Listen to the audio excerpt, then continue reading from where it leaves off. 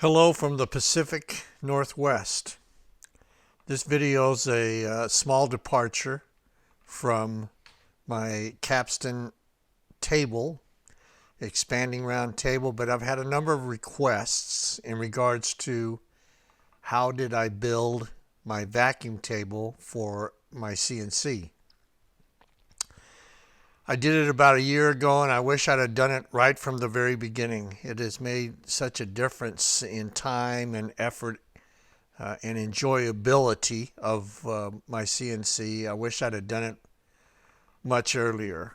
But you live and you learn. So let's begin. Here is a picture of the base of the new vacuum table, and what you're looking at is three separate zones: the front, the middle, and the back. And the product that you're looking at is called high density fiberboard. Instead of MDF, medium density, this is high definition HDF, and it's 1 inch thick, and it is dense. I'm talking really dense. And the reason I decided to use such a dense material was trying to hold a vacuum in place. Now, I also decided to do three separate zones. After looking at some videos, the problem with trying to figure out how to do a vacuum table is some guys had some of it, some guys had other pieces of it, and nobody really threw it all together. So three zones. Now, all three zones are connected to the metal crossbars from front to back. Every 3 feet. The back one is 4 feet. And it's all bolted through with quarter 20 nuts and washers. And I countersunk the bolts a ½ inch into the 1 inch MDF to give me plenty of space. But as you can see, the bolts are in a very specific pattern, and I'll show you later why they're like they are. It's very important that prior to putting your bolts in, you have your grid layout in place so you know where you want to put them. So here you see zone 1, zone 2, and zone 3. The next item on the list was to surface this area. Now, my surfacing area here is about 5'5" wide by 11 feet all the way back. I did the pattern in Aspire, so I got all the tool paths. I don't like the one that starts in the center and works its way out, so I just did it from front to back, excuse me, and I put the in Aspire, I had it start in the front and start in the back so it wouldn't waste a lot of time, but I had to do it almost 3 times. I almost had to take 1/8 of an inch off the top of this board, and I'm not sure why. Whatever it was, I took 1/8 off, and it was just dead flat, perfectly surfaced, and I was elated with it. The next item on the list was to make a decision as to what I was going to do for a grid. And I looked online. I did a lot of research and found that these 1 inch grids seemed to do what I needed. Plus, on the outside, I wanted to put a groove so that I could put in rubber gasketing all the way around each zone, so I knew that there was no air leakage. So this is what this was a test piece, and you can see I did the grid, and I also did the slot to put in the T-bar, the T hold down.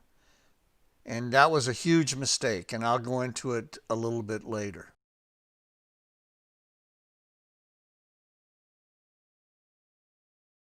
This is a close-up of the grid pattern. And what I did was pretty much a 1/4 inch slot between the risers. And I did a lot of reading and watching of videos in regards to on how to get the best amount of suction to hold down parts. And there were 2 or 3 different guys a lot smarter than me, and that doesn't take a lot, but they talked about, instead of just having a square riser, that if you angled the risers as I did here at a certain degree, it would improve the vacuum pressure by almost 50%. I didn't believe it. And so on this test piece, I did a piece that was square, and did a kind of a pull-off test with a fishing weight scale to see how much pressure it took to pull it off. And I did it both with and without this angled risers, and it makes a big difference. It's an easy thing to do, 1/4 inch down the center, and then take your V bit, whatever angle, I can't remember what it was. If somebody needs to know the exact angle, just send me a little message. But then I just followed it down the same groove with the V bit all the way around, and they turned out just really spectacular. So once I had all of that in place and I knew what to do, it was time to start the grid pattern. So here you see the center section grid pattern. Don't ask me why I started in the center. I have no idea. But here it is. Here's the grid pattern. Now remember, I did this in 3 separate sections. Now, I want you to notice, well, it's a little hard to see, but the bolts that hold down the base are right in the center of a riser, right dead center in a riser, and you'll see it a little bit better as we move on to the next picture. And you see that I did 1, 2, 3, 4, 5 slots for hold down for the T slots. Don't do T slots. What? Oh, it was a huge waste of time and money. I've had my vacuum table on there for a little over a year. I've never ever used the T slots, and the only slots that are exposed are the 2 on the outside. So I am not sure why some guys have T slots in the middle when they're using a flow-through piece on top for the sacrificial board. I don't know why, but do not do the slots for T-bar. It's just a waste of time. You know, the spoil board covers the 3 center ones, but that's neither here nor there. Now, another thing that you'll notice is that I have a groove that goes around the outside.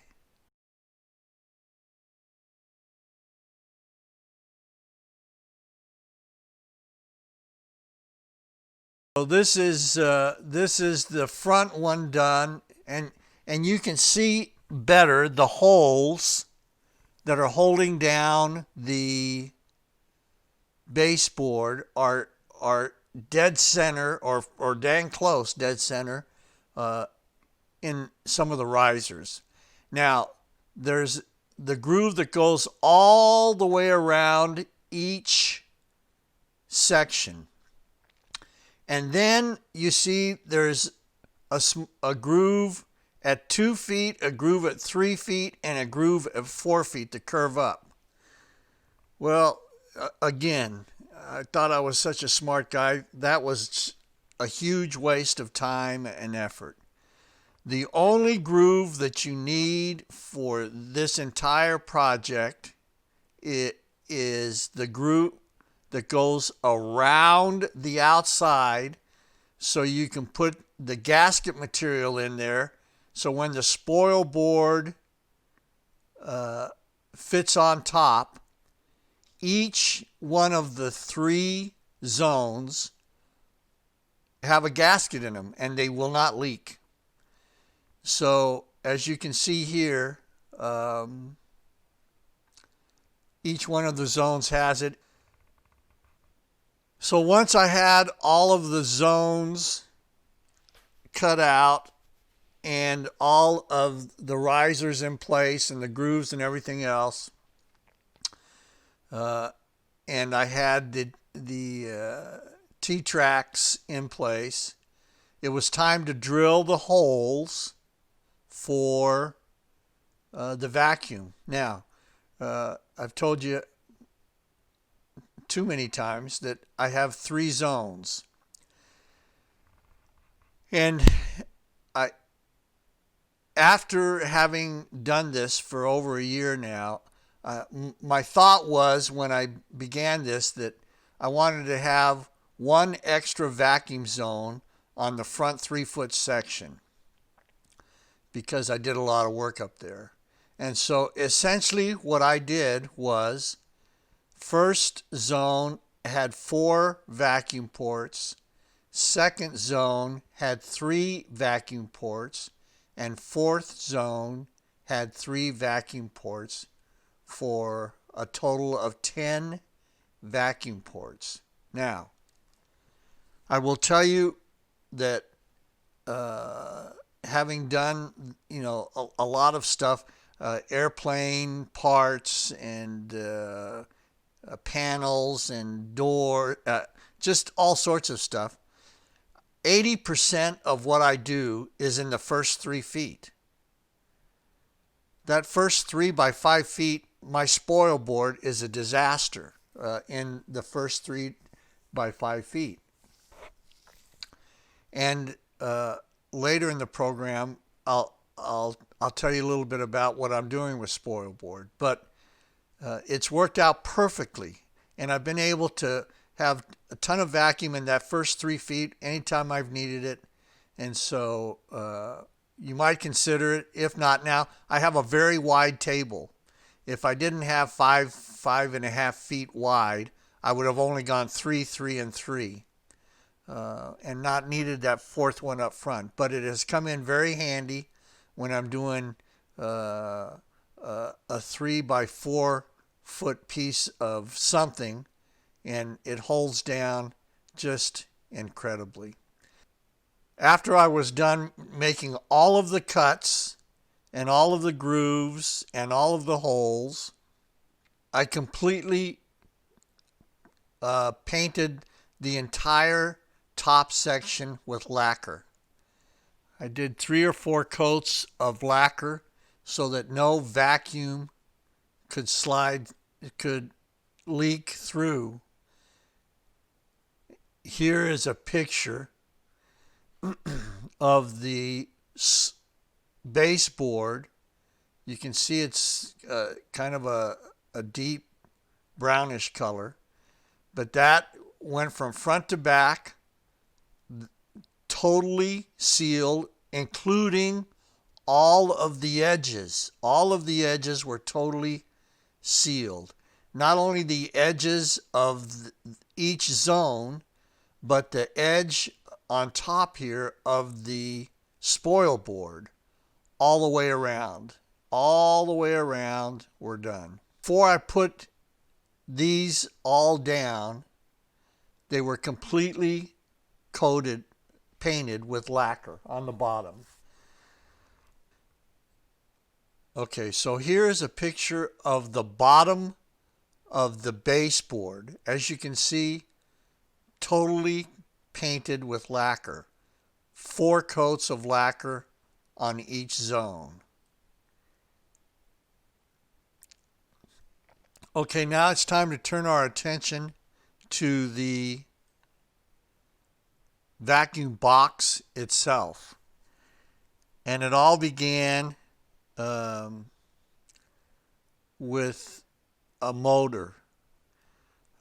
I looked and looked and tried to get as much information as I could, and everybody kept pointing me towards this guy named Ward.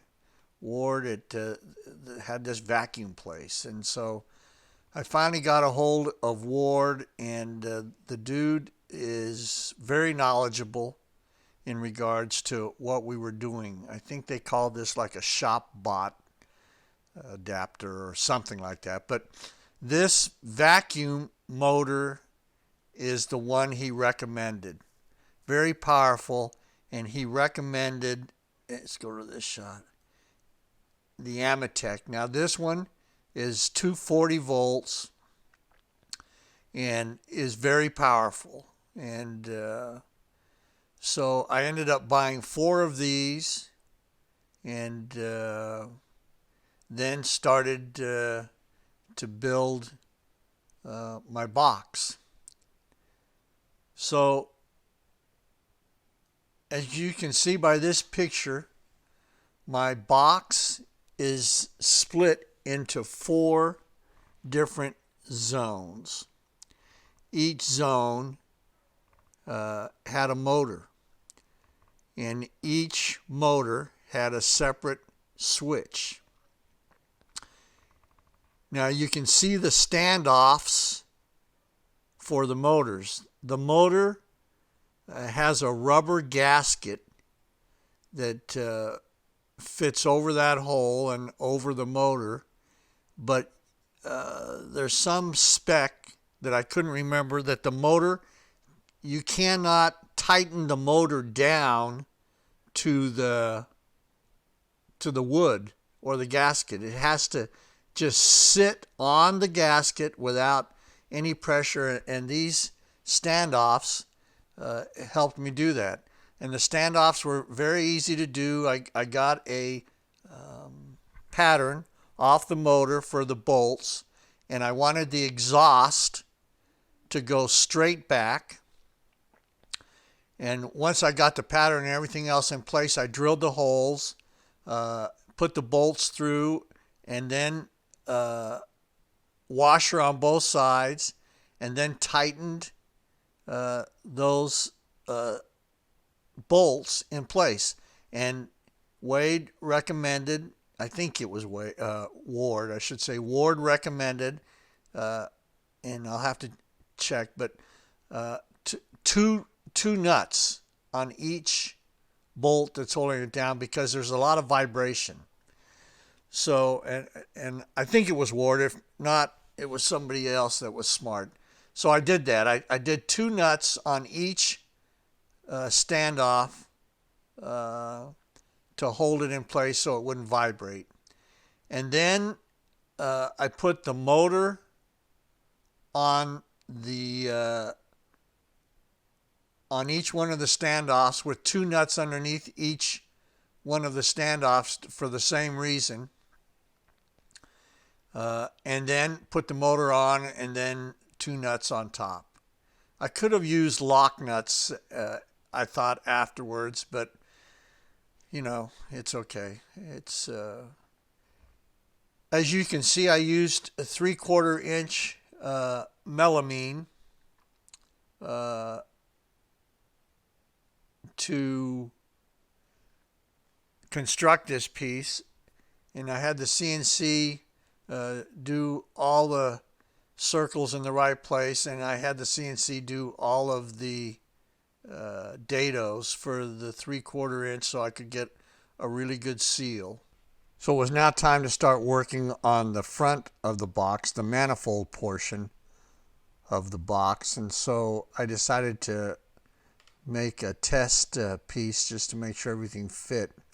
And I began by cutting out just a regular piece of MDF and having the CNC cut some holes in it. And what I was trying to do was get the manifold, at least the front portion of it, so I could unscrew a portion of it without having to tear out the box or the PVC. And so what I decided to do was I took this fitting, a PVC 3-inch fitting that had threads on it, but I didn't need the whole thing. It was fairly large, and I cut it off just so I had the nut portion of the threaded portion of the fitting.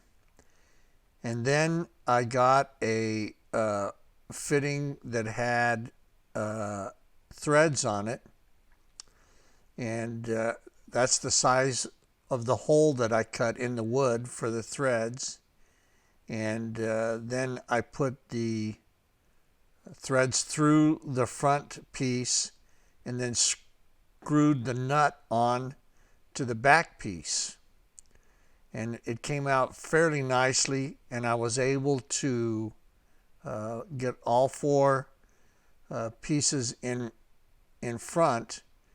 And what it made me be able to do was, if I had to take the guillotines and everything off the front, I just had to unscrew this front plate and then unscrew the nuts, and I could take it all off. And from that point, I did one of these pieces in melamine, and I continued working on the box. And as you can see on the box, the front of the box is completely sealed with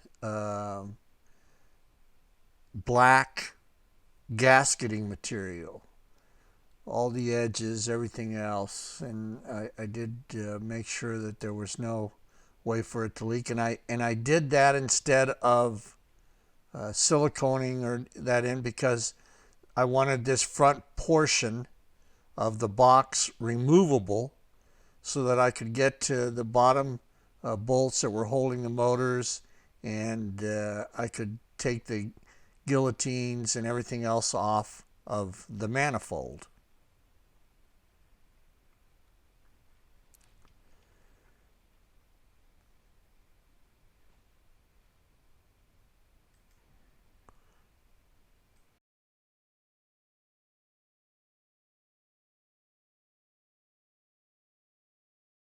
This is a picture of the 4 motors in place on the end of my CNC, with the 4 switches in place. This is a little more of a top view. As you can see, the 4 motors are in place, with all the switches are daisy chained, starting there from the right hand side, first switch, then to the second switch, to the third switch. And I was a little bit worried about the power and maybe blowing a breaker, but then I realized I never turned them all on at the same time. There's probably, by the time I turn the first one on, by the time I get to the second one, the first one's already at speed. And that's essentially what I did with the box. I then attached 3-inch guillotine valves to the front of each one of the flanges coming off of the vacuum box, as you can see here. And from there, with the rubber connectors, I built a manifold that attaches to the string all the way back. The manifold is built with 3-inch T's, and I think they're called street or sweep or something like that. They're not straight T's, they sweep. And so I was told that it would make a difference in regards to airflow. I'm not smart enough to know if it did or didn't, but it worked out fine. I just did the sweeps. And you can just barely see it on the left-hand side. On the very end, there's a gauge right there that tells me what the vacuum pressure is in the system. So here you see the motors, the guillotine valves, the rubber grommets, and the main manifold. And once I had that all in place and down, it was then easy for me to make some decisions in regards to how to run the vacuum forward. As you can see here, there's a 90 attached with rubber hoses that sends the sweep so that it's now facing forward. And once it was facing forward, I was able to just run a 3-inch pipe as I went down, and I had already decided where the sweeps were going to be, the 3-inch sweeps. Now, it's important to note that it's a 3-inch pipe to a 3-inch sweep tee, street tee, whatever they call it, but it's 3-inch to a 2-inch. There's a 2-inch reduction for the pipe that's going up to the valve. So a 3-inch to a 2-inch reduction that's going up to the valve. And as you can see in this picture, I did 10. So there was one I had just a little bit of a problem with. The third one from the front, I kind of had to angle it just a hair because I had a cross member going up there and I didn't have room for it anywhere else. So it went from a 3-inch pipe to a 2-inch reduction up to a ball valve. And I got all these ball valves on Amazon for $7 or $8. And I've heard a lot of complaints about them that they're hard to turn, and they are hard to turn, but you just don't turn them that often. I mean, it's those front 4 that you turn most of the time, but when I do the other ones, it's just not that hard. So I don't think it's a problem. So once I got that and got that all in place, then it was time to run the pipes from the valves. And as you can see in this picture, the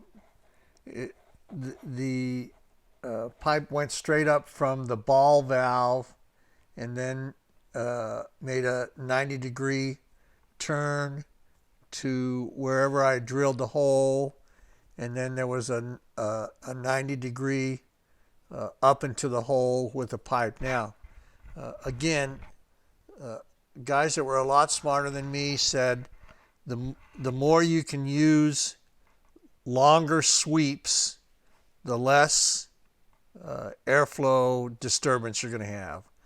So each one of the holes up at the top were very tight and sealed with a 2-inch piece of PVC that came down through the base and into each one of these 90-degree long sweeps and went straight to the ball valve with another 90-degree sweep. I added 2 gauges to the system, one in the back where the motors are at, and this one in front so I can look down and see if I'm getting a lot of leakage when I'm cutting lots of parts. But yeah, it turned out pretty nicely, and when it was all said and done, I put a spoil board on top. This spoil board is referred to as LDF, or light. So it is the bottom portion was high density fiberboard, and the top spoil board is light density fiberboard, LDF. And I got a piece of 3/4, and I attached it to the base with plastic screws. I put brass inserts in the base plate, and then I attached the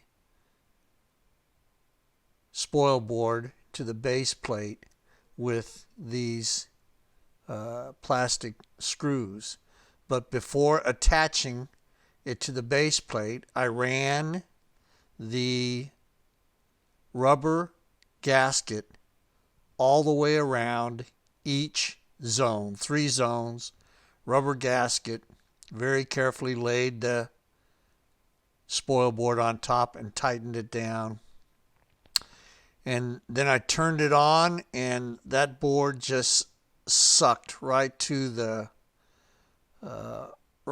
base. And I put my hand on it, and I could feel the vacuum coming through it. I then got on Aspire and did the tool path so that I could surface the spoil board so that it was absolutely perfect. I only had to do one pass on the 3/4 inch spoil board, and it turned out perfectly. And then I was ready to do CNCing. And then I was ready to start cutting.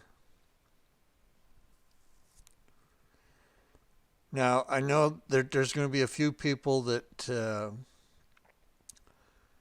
are going to say I probably should have put some kind of box around the motors to keep dust and stuff out. And I mean, there's a number of ways that people can do this. I mean, you look at the black box vacuum system, and is it Legacy or one of those guys has another one. Those are thousands and thousands of dollars. And this system that I have, I've seen one other guy that did almost the same thing. I've been running it for over a year, lots and lots of parts. I do have a good dust collection system, but you know, there's stuff all over the place, and I just have not had one issue in regards to having those motors covered. My next big project is going to be a muffler system for the 4 motors. Ward at Central Vac is the guy that told me what to build, and that's what I'm going to do next. So I hope you enjoy the video, and I hope it was enlightening. Thanks for watching. See you next time.